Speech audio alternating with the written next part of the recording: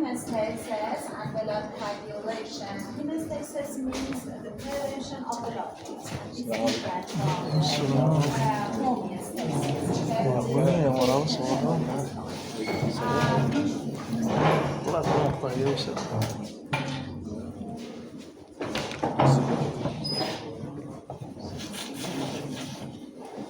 Okay, the second content is blood retraction and expression of serum, extrinsic and intrinsic pathway for initiating therapy, intravascular, anticoagulant and anticoagulant for clinical use, conditions that cause excessive bleeding, and finally the pathologic condition related to thrombi and embolism. Okay, dear students, as I told you, please don't speak. And hemostasis means prevention of blood loss, and it can be achieved by different mechanisms, as you can see here. The first mechanism is vascular constriction. The second is formation of platelet blood. The third is formation of blood clot as a result of blood coagulation. And finally, growth of fibrous tissue in the blood clot to close the hole in the vessel permanently.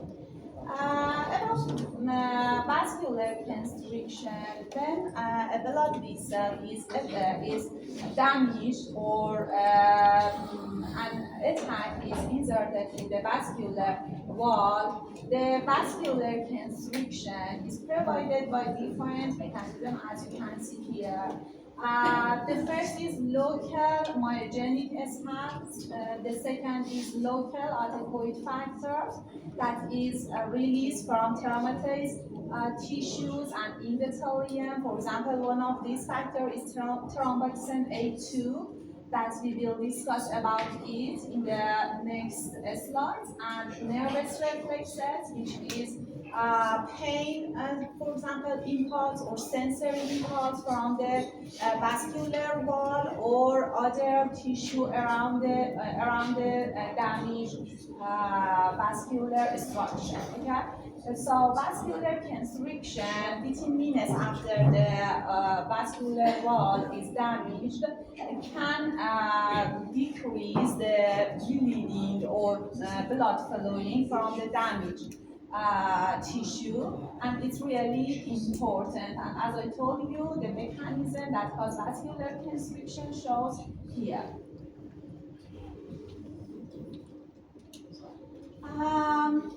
Platelets plug formation is really important to block the vascular damage when they are really minute and small. That usually happens 1,000 times in all the parts of our bodies. So it's important to know the characteristic of platelets. As you know, platelets, also called thrombocytes, are minute discs with about 1 to 4 micrometer diameter. And as you know, they are formed in the bone marrow, and they break to megakaryocytes when they enter from the bone marrow to the blood circulation. And their normal concentration is between 150,000 and 450,000. On average, its normal value is between 300,000. And it has the functional characteristic of cell, although they don't have nucleus and they cannot reproduce. But in their cytoplasm, they have the following, as you can see here. For example, they have actin, myosin, and thrombostatin molecules. These molecules are contractile protein. As you know, myosin and actin is part of the structure of our muscles, and is divided as contractile protein. So we have these contractile molecules in the cytoplasm of platelet. We also can see residuals of both endoplasmic reticulum and Golgi apparatus, that these two organelles can store a large number of calcium in the platelet, and also can produce different enzymes. The second organelle is mitochondria and enzyme systems to produce ADP or adenosine triphosphate and ADP or adenosine diphosphate. It also have enzyme systems that synthesize prostaglandins. Prostaglandins is a local hormone that is released during tissue damage. And platelets also can release a factor which is called fibrin stabilizing factor, that we will discuss about the function of this factor in coagulation, in content relation to the coagulation.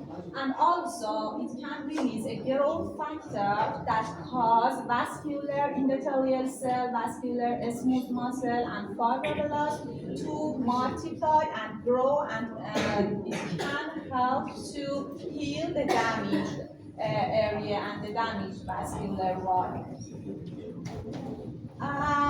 Another important structure of platelet is membrane surface that is coated with a glycoprotein wall. This glycoprotein structure prevents the attachment of platelets to the intact endothelium or healthy endothelium, but it causes the attachment of platelet to the damaged endothelium, especially to the collagen that is exposed to the blood from the deep tissue, from the vascular wall.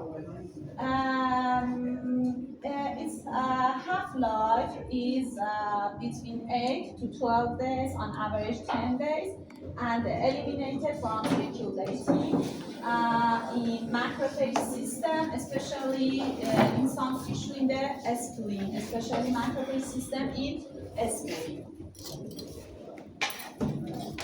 In this slide, you can see the mechanism and stage of platelet blood formation. As you can see, when platelets come in contact with damaged part of the vascular wall, they change their structure. As you can see, please don't listen. As you can see here, platelets change their structure. It swells and protrudes some pseudopod structures around its cell membrane that can attach to the damaged structure, damaged endothelium, especially collagen that's exposed to the blood, and also a factor which is called von Willebrand factor. Okay? This factor is leaked from the plasma to the damaged tissues. Okay? When platelet is attached to this area, the actin, myosin, and thrombostatin molecule, which was the contracting protein in this structure, cause these platelets contract and release some factor, as you can see here, ADP, adenosine diphosphate, PAF or platelet activating factor, and thromboxane A2. Thromboxane A2 is constrictor factor or vasoconstrictor factor, and along with these two factors causes different platelets or inactive platelets become activated and attached to the remaining active platelet that attached here in the damaged area, and for a platelet plug. Okay, so this slide shows you, as I told you, the stage of formation of platelet plug that is really important to block the small vascular damage that, as I told you, usually happens 1,000 times daily in different parts of our circulatory system. So its function is really important to block these tiny dampers. But aspirin reacts with platelets and impairs the ability of platelets to produce a group of chemical known as prostaglandins, which stimulate inflammation, and also thromboxane A2 release that can stimulate the formation of platelet plug. Okay, so aspirin reacts with platelet to prevent formation of platelet plug. And this slide shows you mechanism of blood coagulation. As I told you, muscle constriction is the first mechanism of hemostasis. Platelet plug is the second mechanism. And the third mechanism of hemostasis is blood coagulation to form clots, okay? I have to tell you that more than 50 important substances in our circulatory system cause or affect blood coagulation. Some of them can help to promote or accelerate coagulation. They are called pericoagulants, and other inhibit coagulation, and they are called anticoagulants. Okay, whether the coagulation or clotting is happened or not depends on the balance between these two groups of substances. Okay, for example, in the bloodstream, in normal condition, natural condition, the anticoagulants are predominate. Okay, and prevent the clot formation in our bloodstream. But when a damage is occurred, or for example, the blood vessel is ruptured, the pericoagulant becomes activated, okay, and can promote the blood clotting formation. The clot begins to develop in 15 to 20 seconds if the trauma to the vascular wall is severe, and in 1 to 2 minutes if the trauma is minor. Okay. In this part of the slide, you can see three main steps of blood clot formation or coagulation. Okay. After a blood vessel is ruptured, or after an attack is occurred to the blood, or when the blood come in contact with atherosclerosis, for example, a cascading of complex reaction causes the formation of a complex which is called prothrombin activator. Okay, so when a rupture in blood vessel is occurred, cascading of complex reaction occurs, that the final result is formation of a complex which is called prothrombin activator complex. Okay, this complex, this protein complex, acts as an enzyme. Okay, and in presence of sufficient amount of calcium, cause the conversion of prothrombin to thrombin. Okay, thrombin is activated form of prothrombin, and it itself acts as an enzyme on fibrinogen. Okay, and in the presence of calcium, cause the conversion of fibrinogen to fibrin monomer that can automatically attach to each other and form a fibrin fibers. Okay, fibrin fibers, these fibrin monomer molecules attach with each other with hydrogen attachment, hydrogen binding, and they are loose, okay? But releasing fibrin stabilizing factor from the platelet cause the covalent binding is made between these molecules, and also some cross binding is formed between different fibrin fibers, okay, and becomes strengthened, okay. So the fibrin stabilizing factor is really important to formation cross-link fibrin fibers. And these fibers, as you know, enmesh around the platelet, blood cells, and also damage endothelium and cause prevention of blood loss and blood flowing from the damaged part. Another important point to mention is about positive feedback of clot formation. Upon the blood clot is formed, the thrombin can initiate a positive cycle, okay, to promote more and more clot is formed. Thrombin has positive effect on activation of different clotting factor as well as prothrombin. Okay, so upon thrombin is formed, more and more clotting factor is activated, and more thrombin is formed, and these fibers can extend and grow and completely can seal these parts and these damaged structure.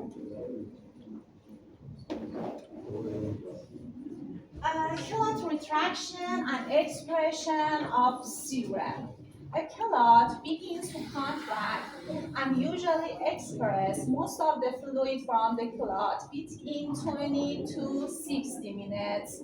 This fluid that is expressed is called serum because all its fibrinogen and other clotting factors have been removed, and they are entrapped in the fibers, fibrin fibers, okay? And it's different from plasma. As you know, plasma is separated from the blood by centrifuge machine, okay, and centrifugation. But serum can be separated from the clot, okay, by clot retraction, okay, and it's different because, as I told you, it doesn't have any fibrinogen and other clotting factors that are entrapped in the clot. But platelets are necessary for clot retraction to occur, and one of the symptoms of Beeze's thrombocytopenia is the deficiency of clot retraction because of the lack of thrombocytes. Okay.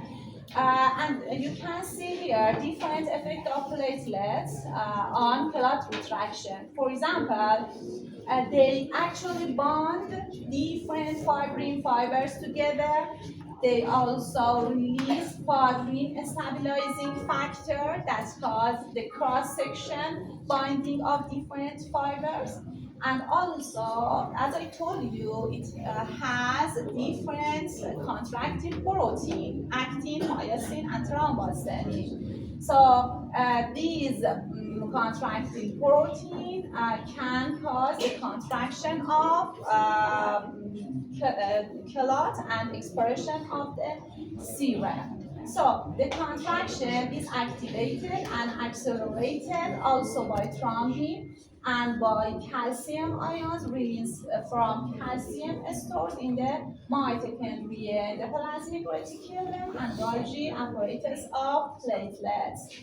And as the clot retracts, the edge of broken blood vessels are put together and contributing still further to hemostasis. Okay, so this is another important function of platelets, which is clot retraction. Um,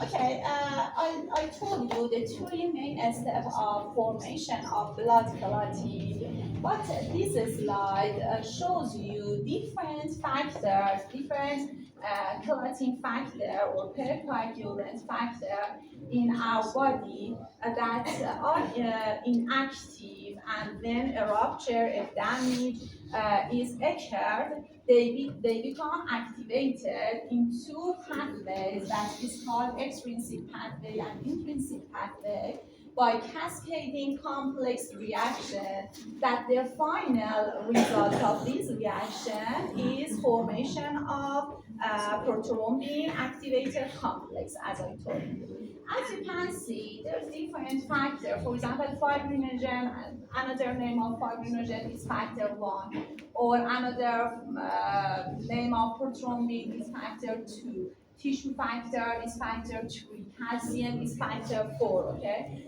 And as you can see, they are shown by numerals, and the active form of them are shown by adding a letter to these factors, okay? For example, the active form of factor 8 is shown by adding, for example, this is factor 8 that is inactive, and the active form of it is shown by adding a letter A besides its name. Okay, so the clotting formation is initiated by occurring a trauma to the vascular wall and adjacent tissues, or trauma to the blood, or contact of the blood with damage in the endothelial cell, or with collagen and other tissues outside the blood cell. Okay? And as I told you, as a result of this damage,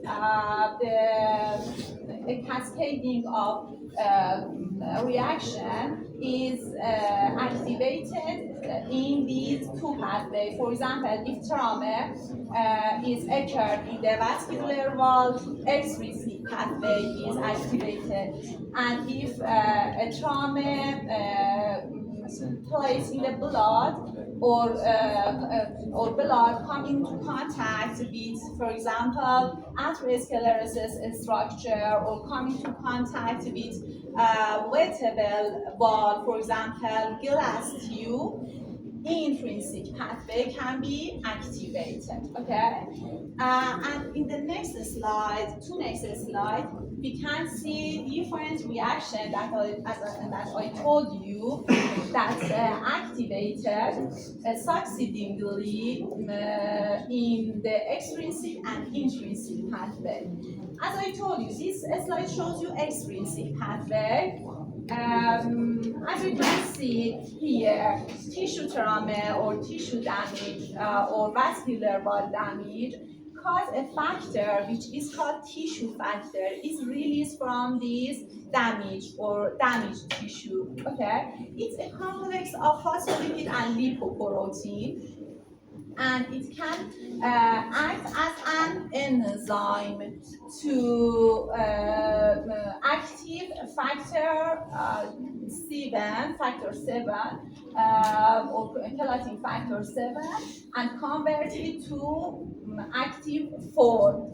And the tissue factor with the activated form of factor 7 make a complex and acts on factor 10, and in the presence of sufficient amount of calcium can convert the factor inactivated form of factor 10 to activated form. Okay, then factor 10 with factor 5 and also tissue factor and calcium form a complex which is called prothrombin activator complex, okay, which is the first step of clotting formation, and act as enzyme that cause prothrombin convert to thrombin. And thrombin, when it is formed, as I told you, it causes a positive feedback. For example, one of the factors that is activated by thrombin is factor 5, because factor 5 in this complex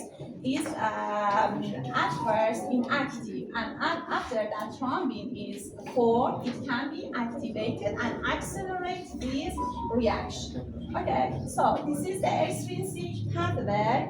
And as I told you, tissue factor or tissue thromboplastin that is released from the damaged tissue is composed of phospholipids from the membranes of the tissue plus a lipoprotein complex, okay, that initiate the extrinsic pathway.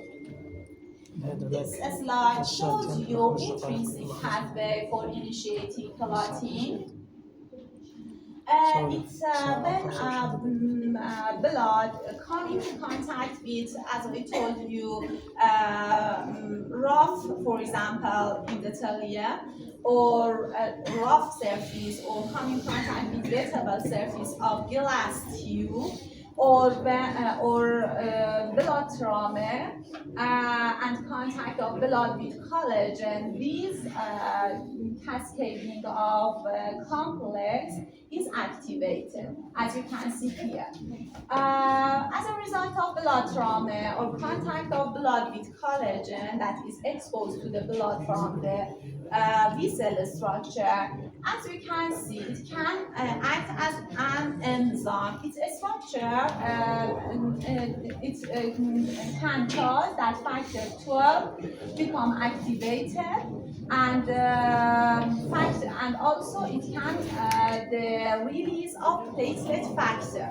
Okay, so as a result of blood trauma, factor 12 is activated, and also platelet factor is released. Platelet factor structure is like the tissue factor. It's complex of phospholipid and lipoprotein. As you can see here, the activated factor 12 acts as an enzyme on factor 11 and cause the conversion of factor 11 to activated form. But this reaction leads also to other molecules, kininogen and also pericolic. And as you can see here, the activated form of factor 11 in itself cause the conversion of factor 9 to its active form in the presence of calcium. And then activated form of factor 9 and also activated form of factor 8 and calcium cause the factor 10 convert to its active form, as you can see here. Okay? And the remaining reaction is like the extrinsic pathway, factor 10 plus factor 5 and platelet phospholipid in the presence of calcium can form a prothrombin activator complex that cause these prothrombin convert to thrombin. Okay? But an important point to mention is about factor 8 that is called anti-hemophilic factor, and the deficit of this factor cause classic hemophilia.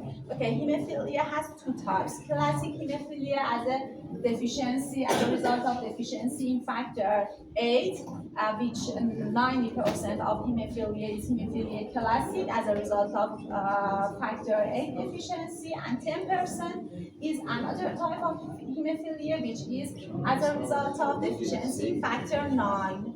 Okay, so in hemophilia, or for example in thrombocytopenia, when the platelet numbers is not sufficient, this reaction cannot be completed. Okay, as you can see, platelet factor and also factor factor 8 is important to promote this reaction conversion of factor 10 to activated form. Okay, so in the thrombocytopenia and hemophilia, this reaction cannot promote. Okay, dear student, please don't speak. Please note the role of calcium ions in the intrinsic and extrinsic pathway. As you can see, all the reaction except in all the reaction in extrinsic pathway and all the reaction in the intrinsic pathway except these two first steps needs calcium to promote. Okay, in our body, rarely calcium fall below that prevents the promotion of blood clotting. But in the laboratory, we can prevent the blood clotting by decreasing the calcium below the level that is necessary for blood clotting.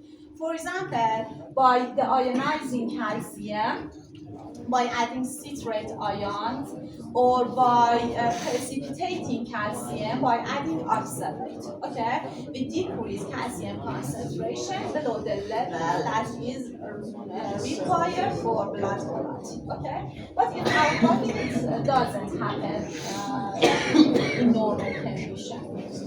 And so there is an extrinsic pathway that is initiated by a rupture or damage in our blood vessel structure can be explosive, and clotting can occur in as little as 15 seconds. But intrinsic pathway that is initiated by blood trauma or contact of blood by collagen, for example, is much more slower to proceed, usually requiring 1 to 6 minutes to cause clotting. Okay?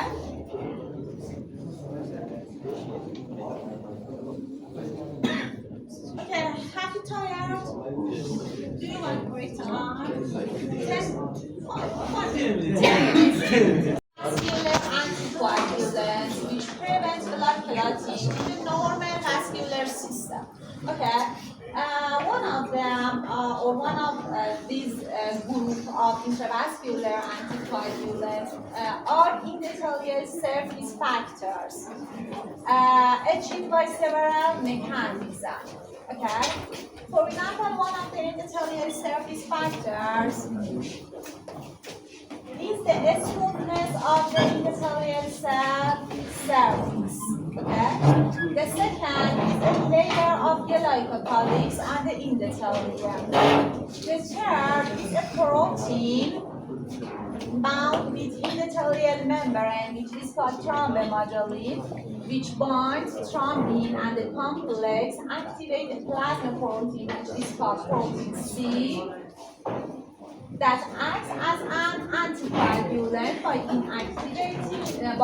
inactivating the clotting factor 5 and 8.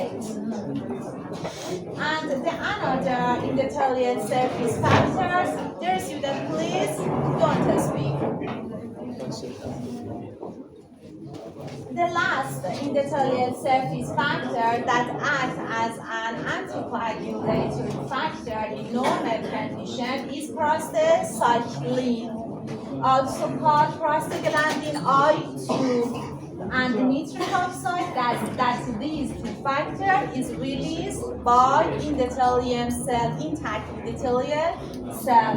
Okay, so when the endothelium is damaged or ruptured, the smoothness and glycocalyx thrombomodulin layer is damaged, and release of prostacyclin and nitric oxide cease.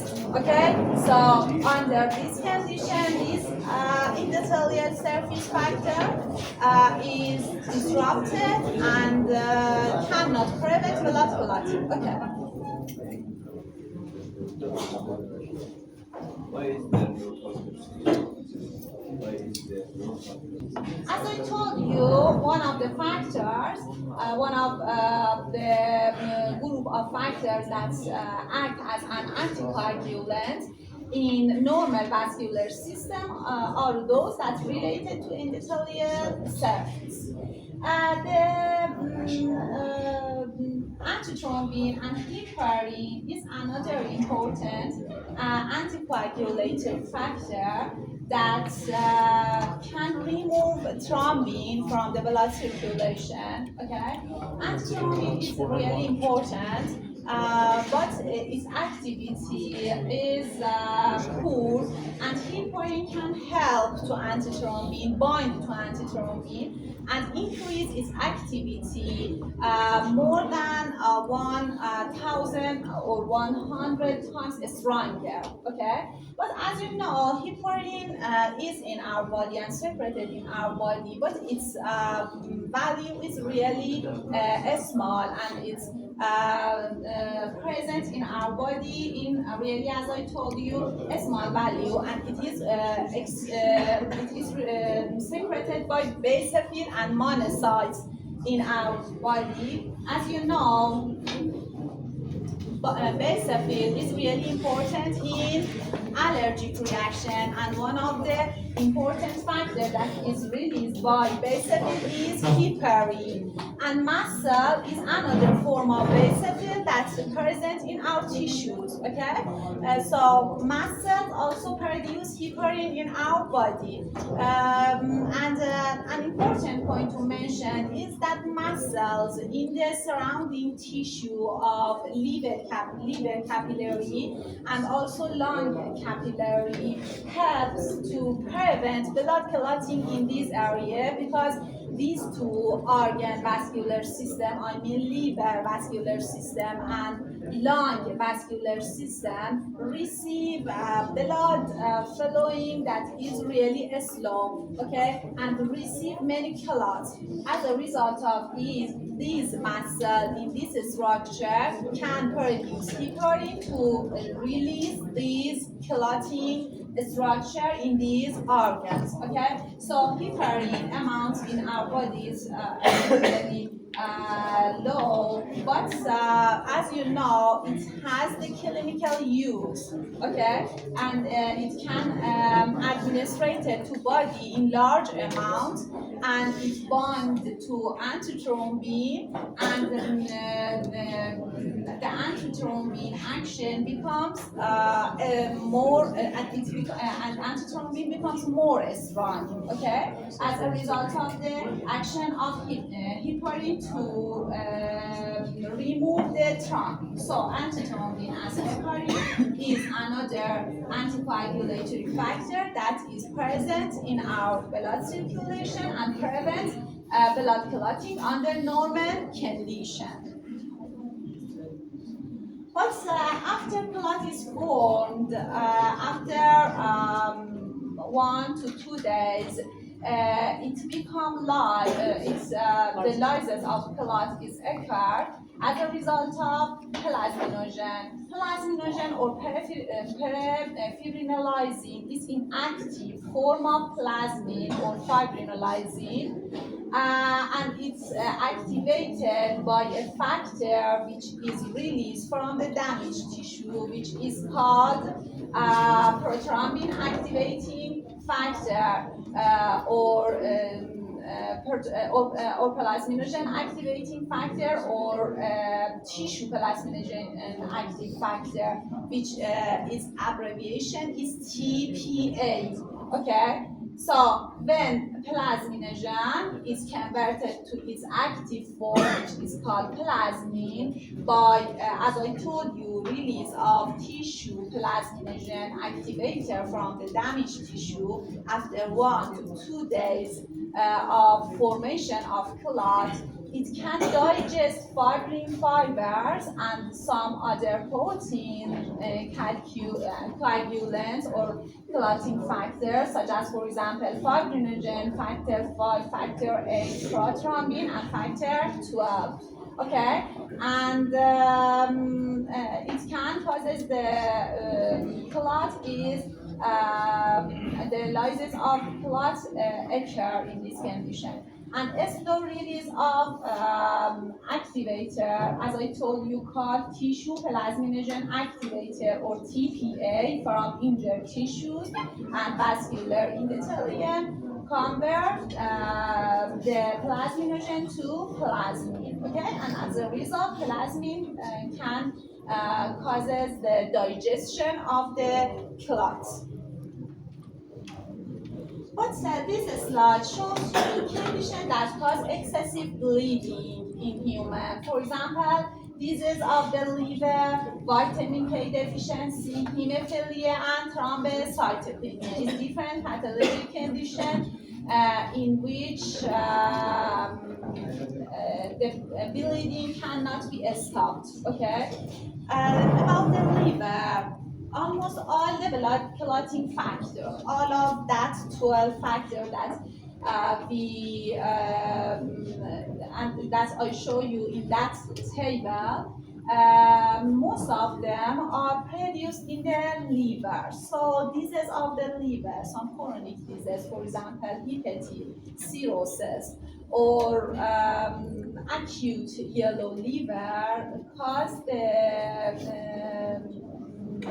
can disrupt the secretion, production and secretion of these clotting factors to the blood and can cause severe bleeding. Okay, so one of the deficiency is because of the liver disease. Another form of bleeding deficiency or bleeding disease is related to vitamin K deficiency. Because vitamin K is essential factor to synthesize 5 of clotting factors, and vitamin K, after it is used to production of these factors, becomes inactivated and becomes oxidized. So active form of vitamin K or reduced form of vitamin K is really important for production of these clotting factors. And the deficiency of vitamin K is not because of its lack in our diet, because it is continually synthesized in the intestinal tract by bacteria. Okay, so the deficiency of vitamin K often occurs as a result of poor absorption of fats from gastrointestinal tract. For example, as a result of failure of liver to secrete bile into the intestinal tract, because in this condition fats cannot absorb, and also vitamins that are fat soluble cannot be absorbed from the intestinal tract. And the vitamin K should be injected into surgical patients with liver disease or with obstructed bile ducts 4 to 8 hours before surgical procedure is performed. Okay, and it's really important to preventing bleeding in surgical condition. But another pathological condition related to uncontrolled bleeding is hemophilia. It is a bleeding disease that occurs almost exclusively in male because it is sex dependent. And in 85% to 90% of the case, it is caused by abnormality or deficiency of factor 8. Okay, and as I told you, it is called hemophilia A or classic hemophilia. And about 10 to 12% of patients have the deficiency in factor 9, and it is called hemophilia B. And both of these factors, factor 8 and factor 9, are transmitted genetically by way of the female X chromosome and are recessive in their inheritance. Okay, so because a woman will rarely have hemophilia because at least one of the two X chromosomes will have appropriate genes, and because of this, this hemophilia disease usually seen in male because they have just one X chromosome, okay? And another important point about hemophilia is that bleeding usually doesn't occur except after trauma, okay? This slide was about hemophilia, and the last bleeding pathologic condition is related to lack of thrombocyte, which is called thrombocytopenia. It usually, as I told you, platelet or thrombocyte is really important to formation of platelet plug to prevent bleeding from the small or tiny rupture that occurs 1,000 times in our body. Throughout our body. So the lack of thrombocyte or thrombocytopenia is usually the bleeding in this condition is usually formed in many small venules or capillaries, and the bleeding the vascular bleeding condition can be seen in the our subcutaneous tissue and also internal tissues. And you know the normal platelets numbers in our blood. And but another important point to mention is that level that is below 10,000 per each microliter are frequently lethal. And as you know, the normal range is about 30,000 per each microliter. And the person's blood clot fails to react in thrombocytopenia. So one of the symptoms of thrombocytopenia is bleeding in microvascular system, and another is blood clot retraction failure, because it's really important to retraction of the blood clot and expression of serum.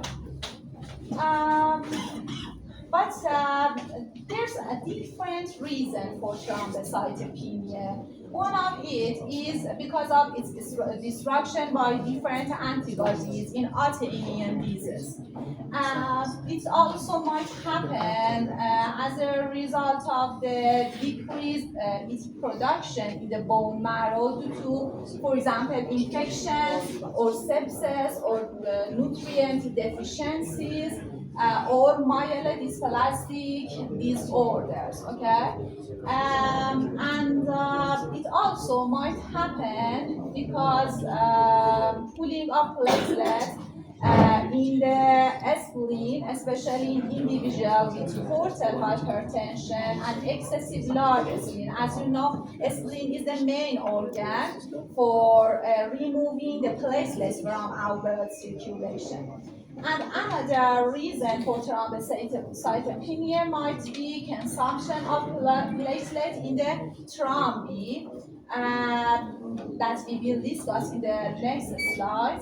And also, idiopathic thrombocytopenia is a condition that the definite reason is not be knowledge, and there's no specific reason for thrombocytopenia, and as a result, it is called idiopathic thrombocytopenia.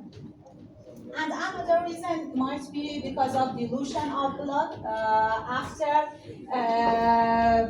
receiving massive transfusion. Okay, so as you can see, there's different reasons for thrombocytopenia or lack of enough platelets in our body.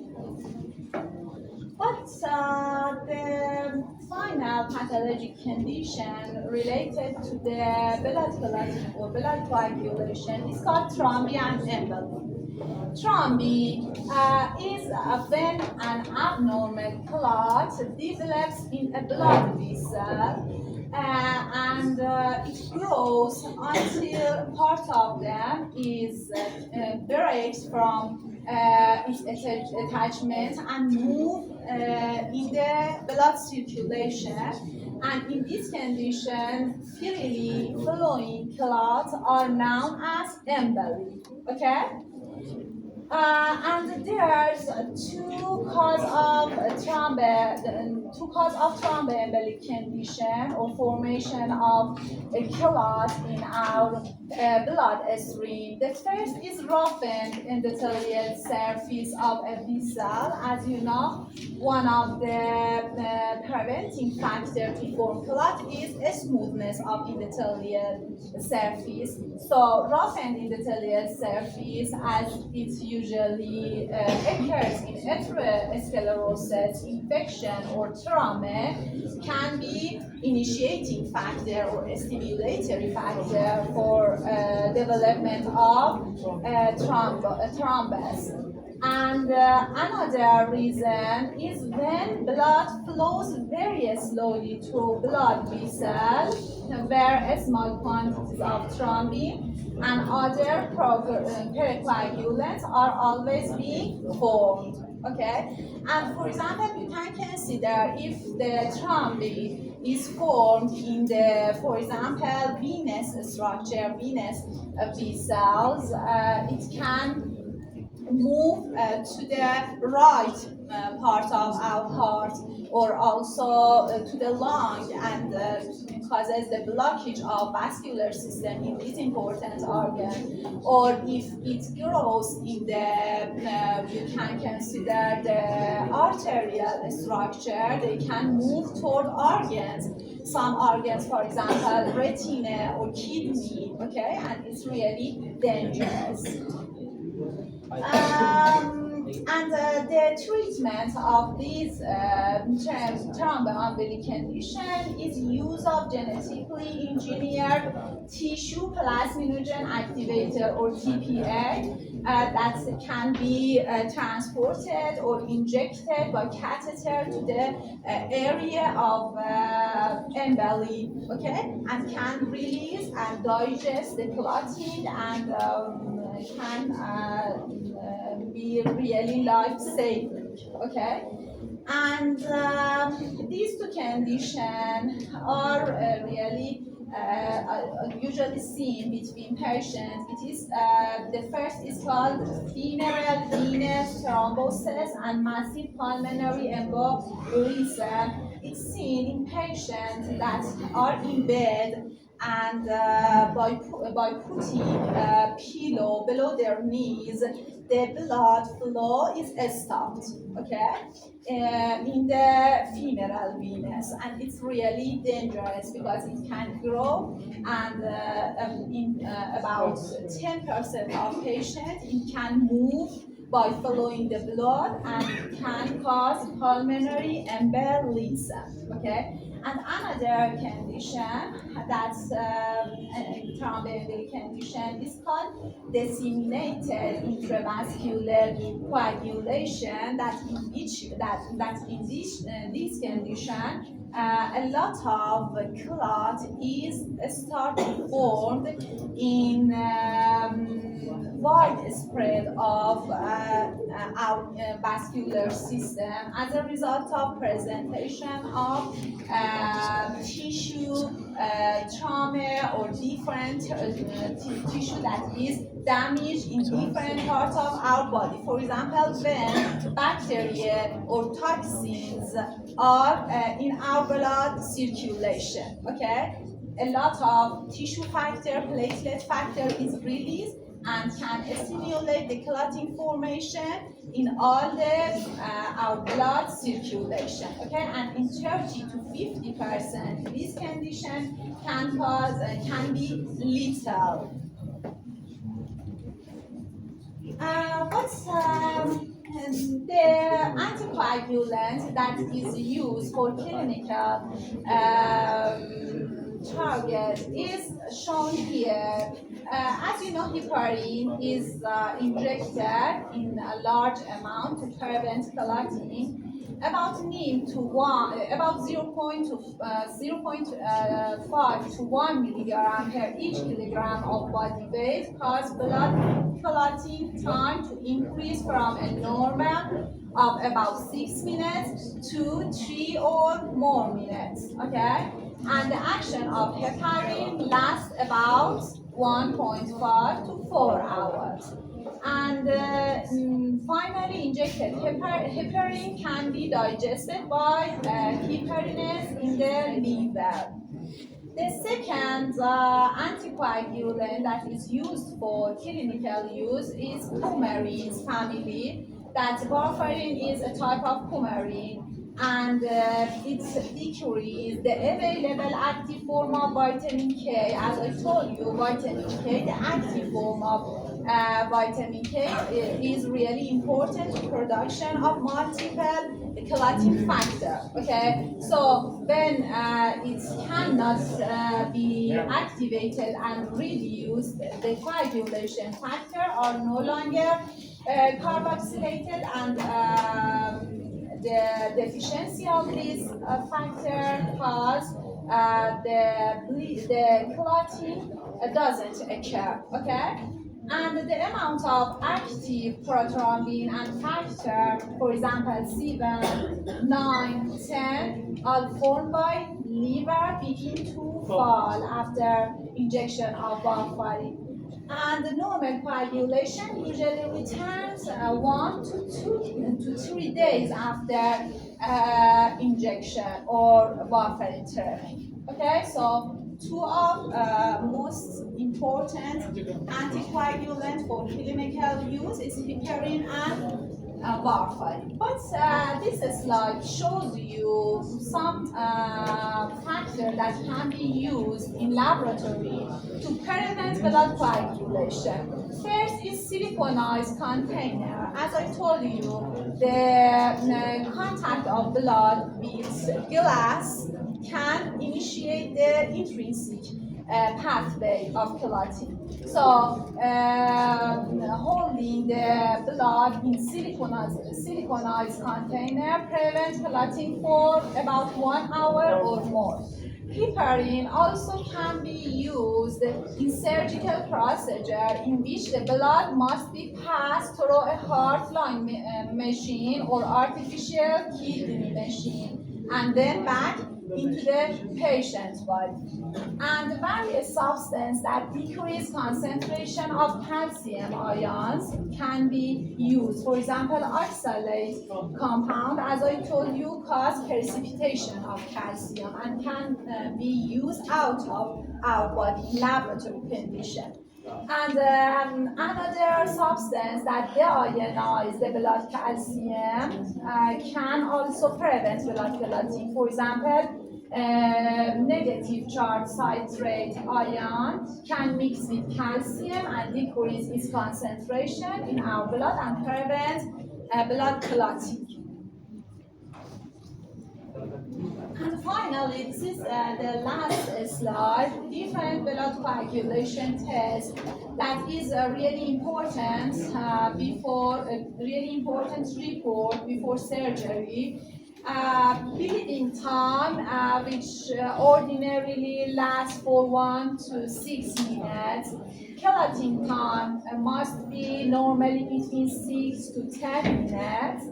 And prothrombin time, which shows the prothrombin concentration in our body, is about 12 seconds. To perform this test, a blood volume is received from a patient, and then oxalate is added to blood sample, okay, to precipitate all the calcium. So there's no calcium that causes blood clotting. After that, the tissue factor and also calcium, a large amount of calcium is added to blood sample and takes time to that prothrombin, that clotting is occurs. Okay, this is called prothrombin activator and shows prothrombin time and shows you the prothrombin concentration in the blood. That, as I told you, is about 12 seconds, but it's usually in this form you use the international normalized ratio and standardized the value of the prothrombin to calculate international normalized ratio, and it's really important, as I told you, test before different surgery, okay, and have to be checked. Okay, do you have problem or question?